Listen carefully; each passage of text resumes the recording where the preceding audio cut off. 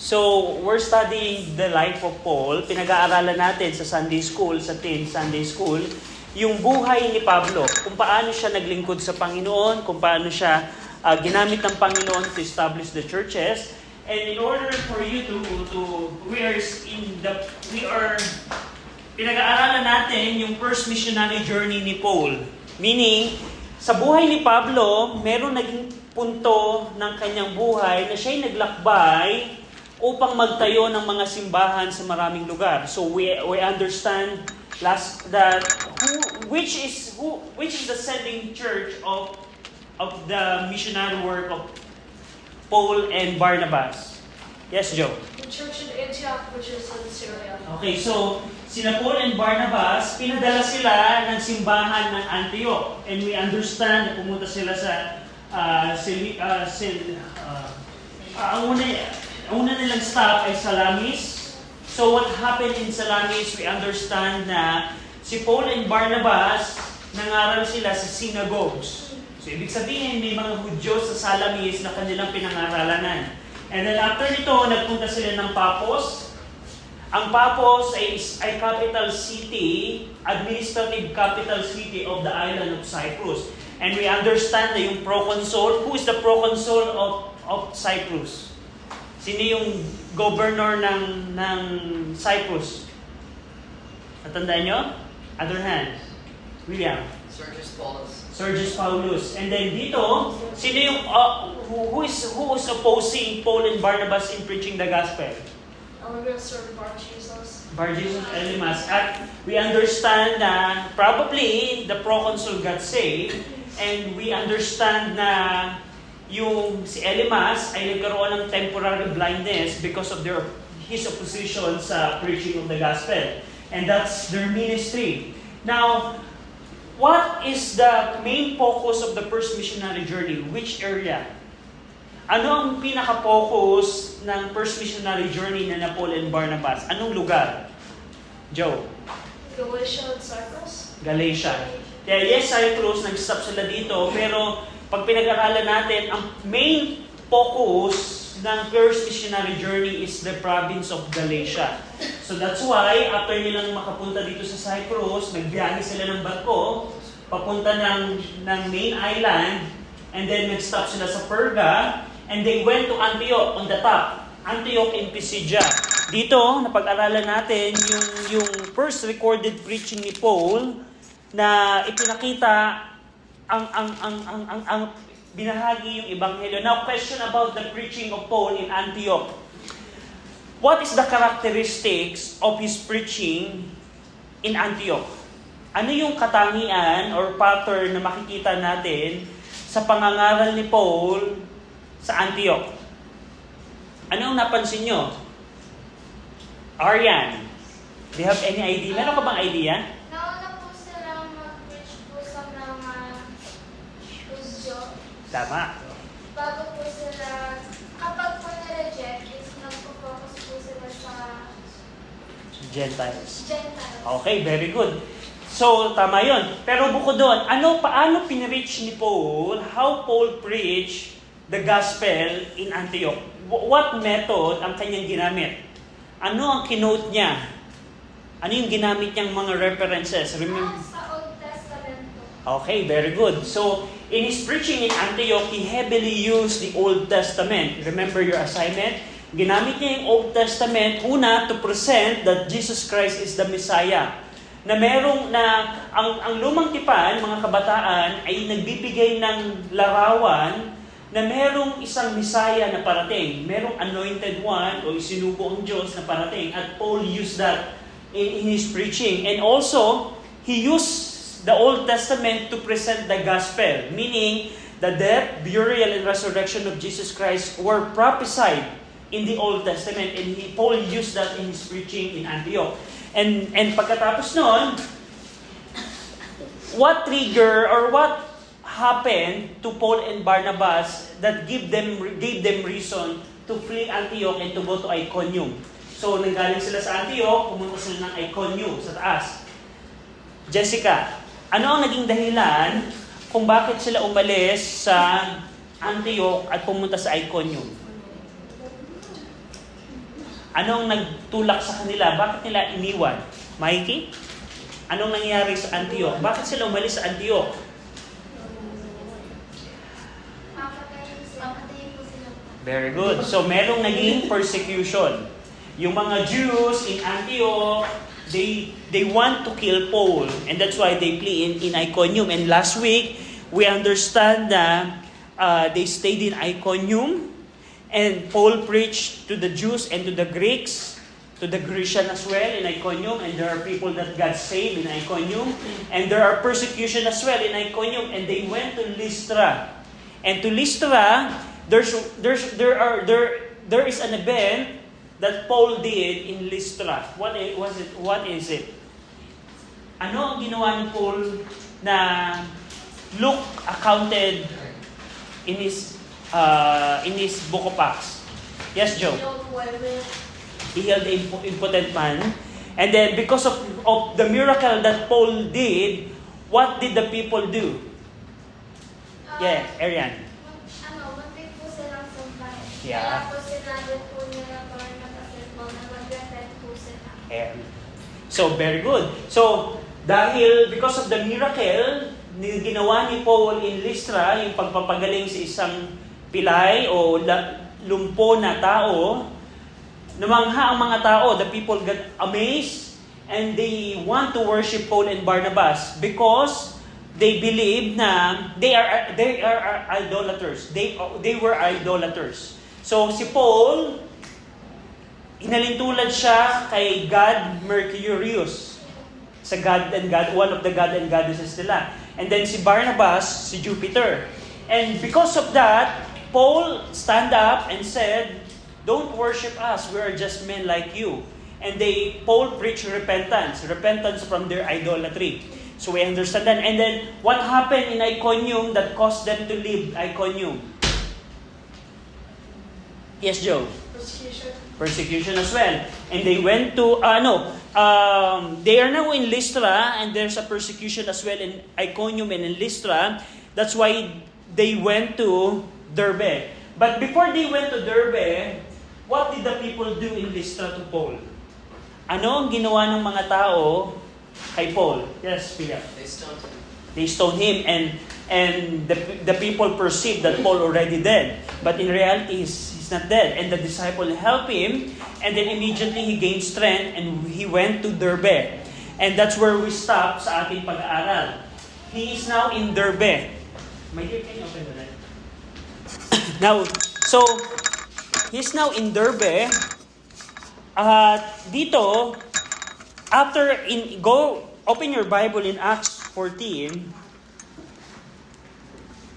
Acts 14, we see in verse 20 that, verse number 20, "Howbeit, as the disciples round about him, he rose up and came into the city, and the next day he departed with Barnabas to Derbe." So they are now in Derbe. And then verse 21, Acts 14:21, "And when they had preached the gospel to that city and had taught many," so what ang ginawa ni Paul and Barnabas, nangaral sila sa Derbe at nagturo siya ng maraming tao. Tinuruan niya yung maraming tao. He preached and taught people in Derbe. And after that, they returned again to Lystra, Iconium, and Antioch. So dito, after completing their missionary journey, Paul and Barnabas returned to the disciple they had previously visited. So they went to Lystra, Iconium, and Antioch again, in their way back. Question. In the districts that we studied, the Cyprus and all the different ones, which one is Lycaonia?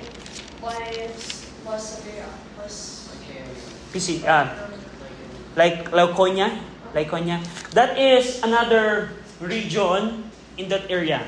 So Galatia, Antioch, Iconium, and Lystra, they are part of Lycaonia. We can say that. But other references said that they are in Galatia. So it's just a name difference. So they are both in Galatia. That's correct. But they are also named that they are in Lycaonia. So either of the two, you can use that. But to simplify, we use other maps in our previous lesson that we put those cities in Galatia. That's also correct. So, those are both correct. So, Lycaonia is like a province, a region where those city belongs, but they are also in Galatia. So, for example, Batangas is part of southern Luzon. But they're also part of the Calabarzon region. So, they're the same, just difference in naming. So, that's Lycaonia. So, they visited again those city. And in verse 22 and 23, this is the goal of their visiting. Ito yung dahilan kung bakit nila binalikan yung mga syudad na yun. Can you read? Anyone would like to read verse 22 and 23? Yes, Mikey? Confirming the souls of disciples and exhorting them to continue in faith in what he most through much tribulation and enter into the kingdom of God. And when they had ordained them elders in every church and had prayed the fasting, they commanded them to the Lord on whom they believed. Okay, so dito, they confirm or strengthen the disciples. So, yung lugar ng Lystra, Iconium at Antioch, meron ng mga disciples doon, and when they visited back those cities, pinalakas nila yung mga disipulo doon. So, we understand na merong mga disciples na there. So, in spite of the persecution, there are disciples that got saved in those city. At ano pa ang ginawa nila? They exhorted them, pinangaralan sila na magpatuloy sa pananampalataya. They exhorted the disciple to continue in the faith.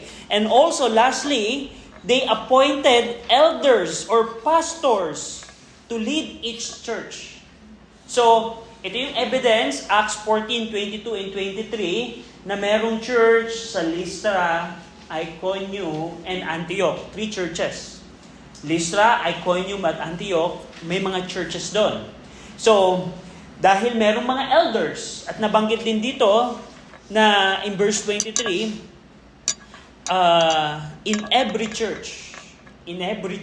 So, that's a reference na nung unang binisita nila, when they first visited those city, Paul and Barnabas established churches. Because when they went back to those city, the disciples are already gathering. And Paul and Barnabas just established the church, meaning organized the church by appointing elders to every church. So, and pagkatapos nun, they spent time praying and fasting with the disciples before commending them to the Lord. So, Paul and Barnabas commended the disciple to the Lord. So, yan yung kanilang trip. Now, in Pisidia, verse number 24 and 25. Who would like to read verse 24 and 25? Yes, Joe. Acts 14, verse 24 to 25. And after they had passed throughout Pisidia, they came unto Pamphylia, and when they had preached the word in Perga, they went down into Italia. So, here,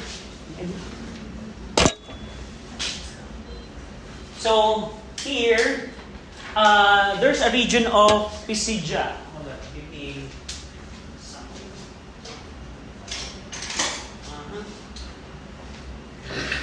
Here, somewhere here, yun yung lugar ng Pisidia, where Antioch belongs. So, isa siyang region din. It's not a city, but it's a region. But he went throughout Pisidia. I want you to notice that. Paul and Barnabas went throughout Pisidia. Sabi doon, verse 24, and after they had passed throughout the Pisidia, they came to Pamphylia, and when they have preached the word in Perga, they went down into Attalia. So what we can see here in Pisidia is a region in Asia Minor, somewhere here, in Antioch, around that area, is a region in Asia Minor bounded by Pamphylia and the Pamphylian Sea in Perga and Lycaonia. And Paul and Barnabas passed throughout Pisidia. And guess what they did? Do you think they will just chill in throughout Pisidia? No, we don't believe that. We know that Paul and Barnabas, they are eager eager to preach the gospel. So we assume, even though it's not mentioned in the scripture, we have a biblical assumption that Paul and Barnabas preach also in Pisidia. And there are around 2 or 3 cities or civilization in Pisidia na makikita natin in other map. But here, they went to Pisidia, nagpunta sila ng Pisidia, and ngayon nasa Perga sila. Nasa Perga. Yung Perga is here. Yung Perga, what they did, Paul and Barnabas came to Perga and they preached the word of God in Perga.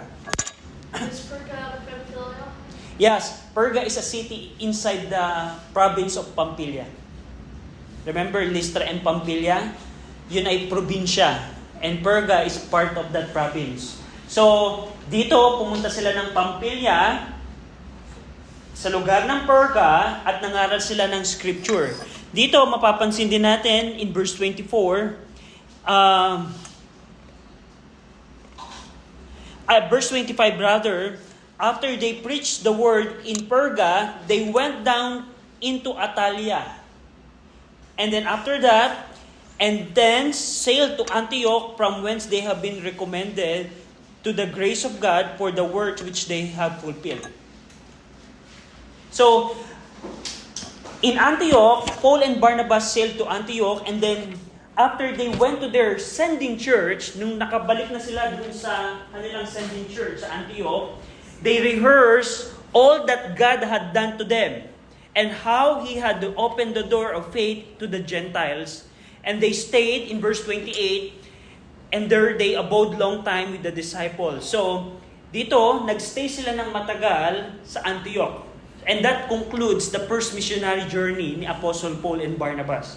So, that's the end of chapter 14. Nung makabalik sila from their trip to Antalya, they sailed to Antioch, nagbiyahe sila ng barko sa Antioch, nagbigay sila ng report sa church at Antioch na ito yung mga nangyari, iniwang kami ni John Mark, tinanggap kami sa Antioch in Pisidia, ito yung mga churches na established, they gave report, they rehearsed what they did, the grace of God that they received in their journey.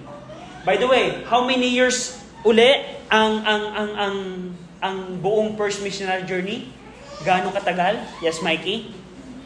Around 2 years. Yes, approximately 2 years ang span ng first missionary journey. So dito, can you name the pattern of Paul's ministry as we observe in his missionary journey? Can you observe some pattern? Ano yung mga pattern na naobserbahan ninyo sa ministry ni Paul sa kanyang first missionary journey? Can you name some? Yes, Joe. His preaching pattern, which was mentioned earlier. I'm sorry, what's that again? His preaching pattern, which was Okay. earlier. And also he would revisit and he'd confirm the soul, so he'd Okay. people to read out. That's good. That's good observation. What else? What is the usual pattern of Paul in this missionary journey? What can you observe? The other hand, ano yung naobserbahan nyo na palaging ginagawa ni Paul whenever he visit a city? Ano yung una niyang hinahanap? Yes, William. Preach in the synagogues. Yeah, he preached in the synagogue. He witnessed to the Jews using the synagogue because the synagogue is the place where the Jews gathered. If there was one, kung merong synagogue. And then what happened if the Jews reject him? Anong ginagawa ni Paul kung i-reject siya ng mga Hudyo?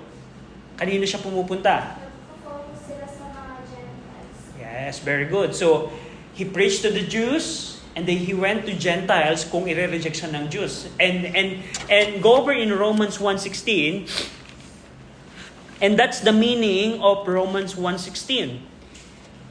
Romans 1:16, Romans 1:16, sabi dito ni Paul, "For I am not ashamed of the gospel of Christ, for it is the power of God unto salvation to everyone who believeth, to the Jew first, and also to the Greek." So, ang ibig sabihin nun, na ministry nila, nakapokus siya sa mga Hudyo. But tandaan nyo, did Paul and Barnabas disregard the Gentiles? No. They don't disregard the Gentiles. Remember Sergius Paulus in Paphos? He is a Gentile. He was a Gentile. He is a Gentile. So, and other events, makikita nyo na it just happened that their tactic or technique in the ministry is he went to the Jews because they are Jews. So for example, kung kayo ay Pilipino, kung kayo nagpunta sa ibang bansa, sino yung una niyong kakausapin to preach the gospel? Of course, mga Pilipino din. And that's the way Paul operates sa kanyang missionary journey. What else?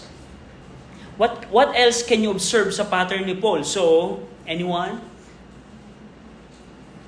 Ano kaya ang naging pattern ni Paul? So, imagine niyo, he preached to the Jews, and there are some Jews that believe, but most of them reject ang kanyang pinapangaral. That's why they preached to the Gentiles, and the Gentiles got saved.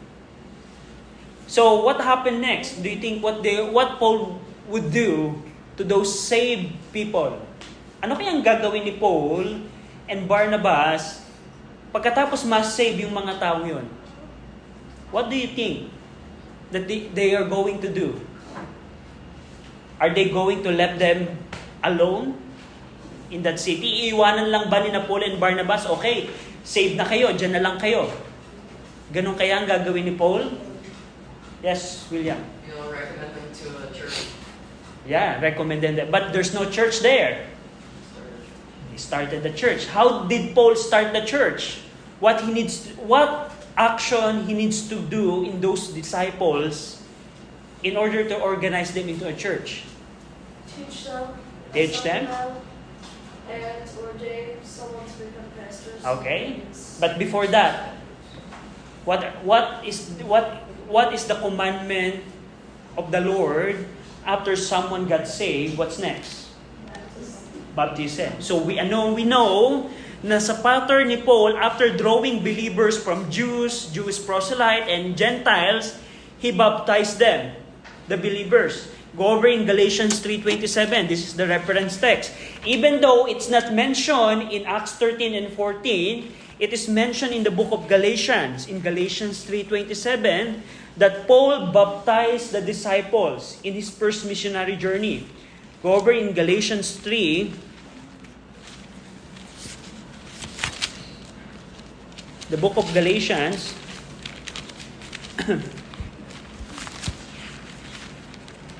Galatians 3:27, for as many of you as have been baptized into Christ, have put on Christ. Now, question, sino yung sinulatan dito ni Paul ng sulat nito? To whom it was written? Galatians. And what is Galatians?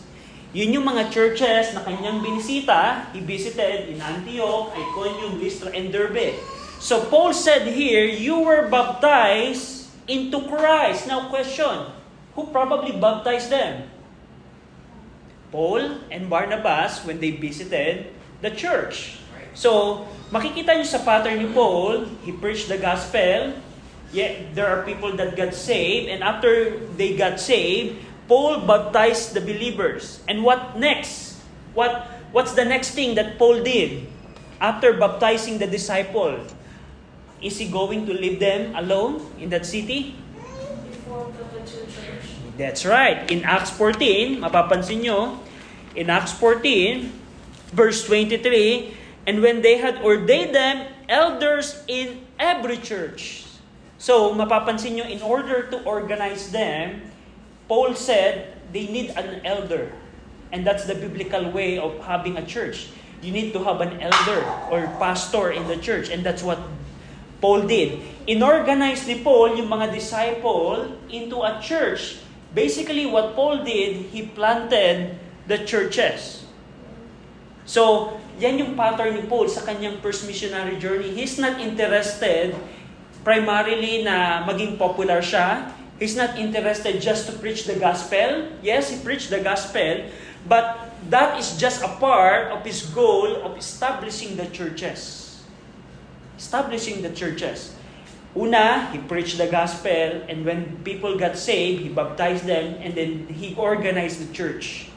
That's why, because of the first missionary journey, there are churches that were established during this time, during this period of time. And can you name some of the churches? And can you stand up and point the reference verse that tells that this is church established in the first missionary journey? Can you give one city? Antioch and Pisidia. Okay, Antioch and Pisidia. What verse can you show? 14 verse 43. 14? The congregation was broken up. Many of the Jews and religious proselytes followed Paul and Barnabas, who, speaking to them, persuaded them to continue in the grace of God. Okay, very good. Other else. Ano pa? What other cities? Other hand. Ano pang ibang syudad? How about you, Jessica? Anong ibang syudad na alam mo na may established na church sa kanyang first missionary journey? Nakalimutan mo. Who else? How about you, William? Lystra. Okay, Lystra. What reference verse can you show? 21, Acts 14, verses 21 through 23. Okay. They returned again to Lystra, and then fast forward to verse 22. Actually, verse 23. And when they had ordained them elders in every church. Okay, that's good. So we have Antioch, we have Lystra. What else? What other cities? Aryan. Antioch in what? Pisidia or Syria? There are two Antiochs. Which Antioch?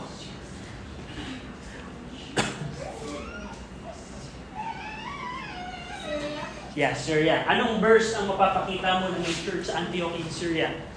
Acts 13:1. Very good. So Acts 13:1. And that church is the sending church of Paul and Barnabas. So who else? Mikey, meron kang alam? Meron nabanggit na yung Antioch ng Syria, Antioch and Pisidia, and Lystra. What are their cities?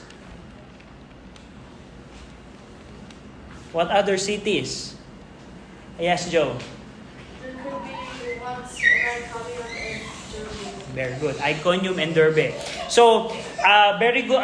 Thank you dun sa mga nagawa ng assignment. And in addition to those verses na nakita nyo, una, Antioch and Syria, Acts 11:26. Go over in Acts 11:26. We know that there was a church in Antioch in Syria. That's the sending church. One of the verse that you can use is Acts 11:26. That is, verse 26 said, "And when he had found him, he brought him unto Antioch, and it came to pass that the whole year they assembled themselves with the church and taught much people, and the disciples were called Christian first in Antioch." So you can use that verse to prove that there was a church, there was a local church in Antioch. That's una. Antioch in Pisidia. Go over in Galatians 1:2. Yes, you can use, yes, ang assignment nyo ay Acts 13 and 14, pero you can use other verses. In Galatians 1:2, it's very, very clear here na merong church sa Antioch in Pisidia. In Galatians 1:2, "And all the brethren which are with me unto the churches of Galatia." So churches of Galatia. And we see Acts 13:52 as well. Go over in Acts 13:52. "And the disciples were filled with joy and with the Holy Ghost." There were disciples in Antioch in Pisidia. So if there's a disciples, if there's an elder, it is very clear na merong simbahan sa Antioch in Pisidia. So that's what we see. And Iconium as well, mapapansin nyo siya, Acts 14:1, Acts 14:3, may mga disciples, may mga believers in Iconium. And Acts 14:21 and 23, yung kaninang binasa natin, kung paano nagkaroon ng elders sa church. So that's a proof na merong church sa Iconium, as well as in Lystra, and also in Derbe. In Acts 13:14, you cannot see clearly na merong church sa Derbe, but if you pass forward in the second missionary journey, you will see in Acts 16:1 that there are churches. Go over in Acts 16:1, there's a church in Derbe. Acts 16:1, then came he, which is Paul, to Derbe and Lystra. And go over in Acts 16, verse number 5. And so were the churches established in the faith. So Derbe is one of the cities that Paul visited in his second missionary journey. And part of the account of Luke is churches, that he established the churches. And he went to Derbe and he established the church in Derbe. So those are the evidences na merong at least 5. We are not sure if merong church sa Salamis, pero most probably before they visited the island of Cyprus, there were also there are churches there, because one of the reason the church at Antioch established is because of the brethren that from Cyprus. Right. So we know from the book of Acts that there are already churches in Cyprus before Paul visited the island of Cyprus. But what we see in the first missionary journey, at least 4 churches were established on his first missionary journey. Church at Antioch, Iconium, Lystra, and Derbe. And this is one thing that I want you to remember. It's not one city, it's only one church. We are not sure about that. Most probably, there are many churches in those cities. So probably there are multiple church in the Antioch, in Pisidia. But we're not sure. But most probably, there are multiple churches in those cities.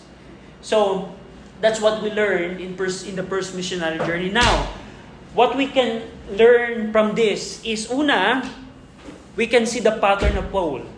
Ang pattern ni Paul is meron siyang strategic plan for evangelism. And the reason of evangelism is to establish the church. Establish the church. Now, in application sa ating panahon, yes, we know na kailangan nating maging witness sa iba, but I want you to copy Paul of having a strategic plan. Paul had a strategic plan on how to evangelize. Merong naging estratehiyang plano lagi si Pablo, paano siya mangangaral ng ebanghelyo. So the same thing sa ating panahon, in our time, in application in our life.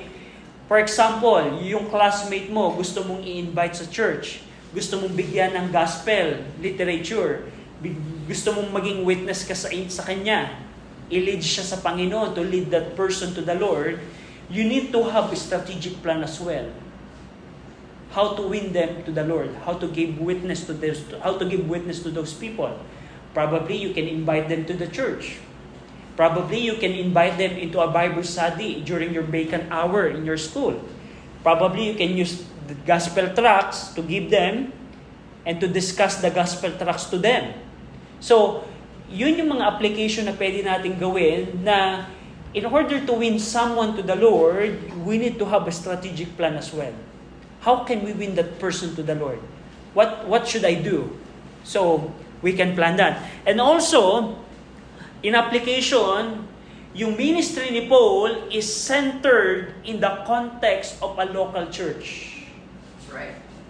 Ang ministry ng New Testament, the New Testament ministry, if you are saved in this dispensation, kung ikaw ay ligtas sa ating panahon ng New Testament, ang ministry natin ay nakasentro sa local church.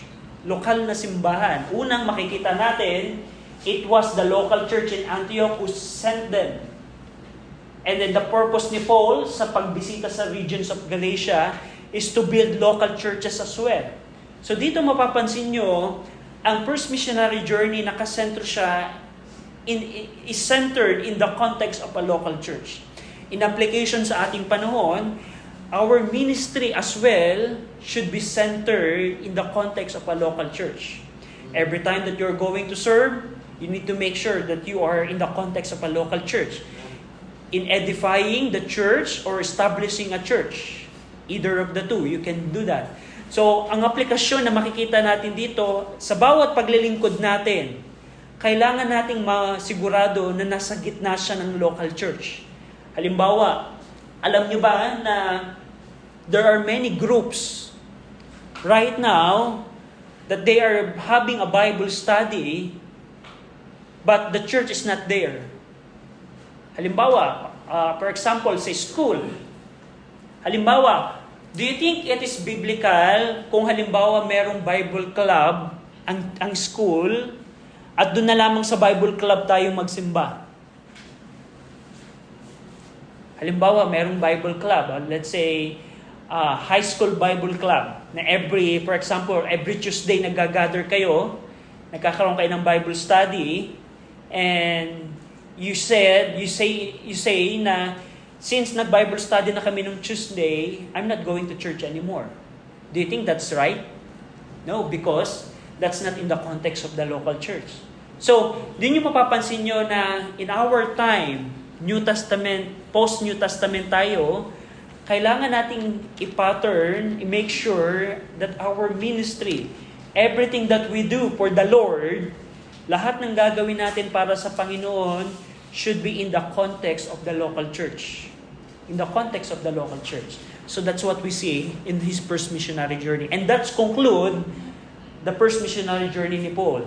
So, I hope na sa ulo nyo yung mga lugar na yan at ma-remember nyo yung mga significant event. So, question. Do you have any question, by the way? Do you have any questions? So kung walang question, yes, Joe. I was wondering, is it assumed that Sergius Paulus is a Christian, correct? We assume, most probably, yeah. Then it's assumed that he could have maybe applied to the church in Yeah. Paphos. Maybe he became a member of the church in Paphos, or probably they started the church in Paphos. Because every time that a person is saved, the next thing that they do is to join a church. So that's the pattern. There's nothing in the New Testament that a person that got saved and he's just there.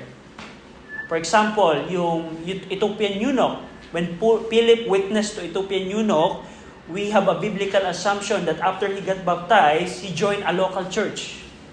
So, the Philippian jailer, when the Philippian jailer got saved, he became part of the Philippian Baptist Church. Every time in the book of Acts, a person got saved, the next thing that they will do is to join the church. So that's the pattern. Any question? Okay, if walang question, I have a question. So, bilang review ng ating lesson, can you name the cities where synagogue exists in this missionary journey? Anong mga syudad ang merong synagogue dito? Yes, Arya. Salamis. That's one. What else? Yes, Joe. Antioch? Which Antioch? Antioch in Pisidia. Okay, Antioch in Pisidia. Very good. That's correct. What else? Antioch? Huh? No? Atalia? Lystra. Yeah, let me have my note here. So we were sure that there's a synagogue in Pisidia, Acts 13:14 and 15. Iconium, Acts 13:42. 14:1. Yeah. Acts 14:1, there's a synagogue in Iconium, and Acts 13:42. That's also in Antioch in Pisidia, the synagogue in Antioch in Pisidia. So there's a synagogue in Salamis, synagogue in Antioch and Iconium. How about Lystra? There's a synagogue mentioned there? No? So there's nothing mentioned. So at least 3 cities ang merong synagogue na nabisita nila. So we know na kung merong synagogue, may mga Jews. Okay, question. in which city John Mark left them? Yes, Mikey. Saan iniwan ni John Mark si Paul and Barnabas?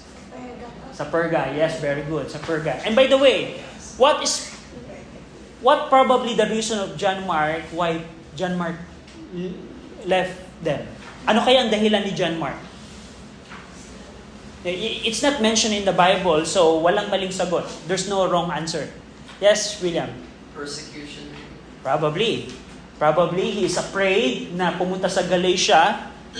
Kasi one of the thing is, he could probably live here in Paphos. But probably when they arrive in Perga, we're going to Galatia, and Galatia is the persecution there is extreme. And it was really extreme talaga.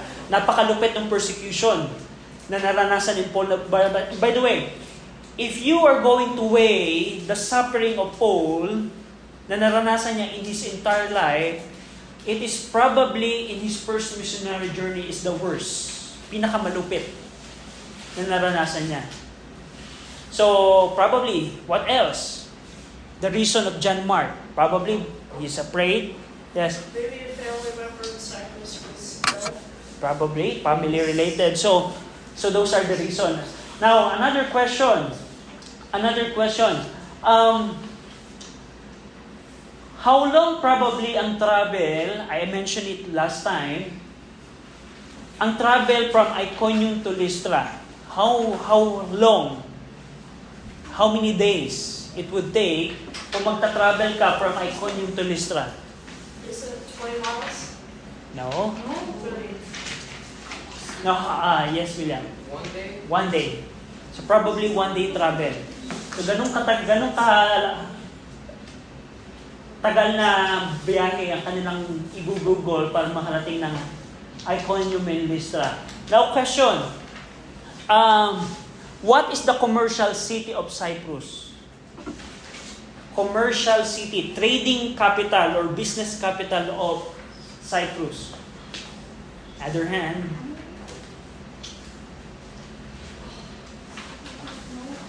yes, Joe. Salamis? Yes, Salamis. But why Sergius Paulus, who is the governor, is in Paphos? Kung ang business capital ay Salamis, bakit si Sergius Paulus ay nasa Paphos? Why the governor is in Paphos? Yes, Joe? Does it even say in the Bible? Why? No, it's not. But I mentioned it in our lesson. Huh? It's the proconsul. It's the proconsul. But if this is the business capital, why the governor is not in the business capital? Because Paphos is the administrative capital. Yeah. So, they're both capital. Dito, mga trading, commercial. Parang halimbawa, anong capital ng Pilipinas? Manila.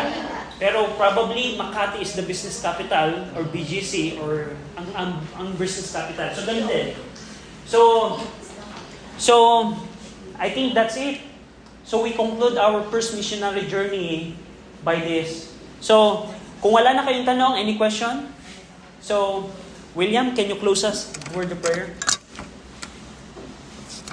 Dear Lord, we thank you for this wonderful day that you blessed us with, and we thank you for the first missionary journey of Paul that we're able to learn about, and that he always preached in where people were meeting and worshiping you and where truth was proclaimed. And thank you that we're able to meet together in your name today. And I ask that you bless the preaching of your word today. In Jesus' name.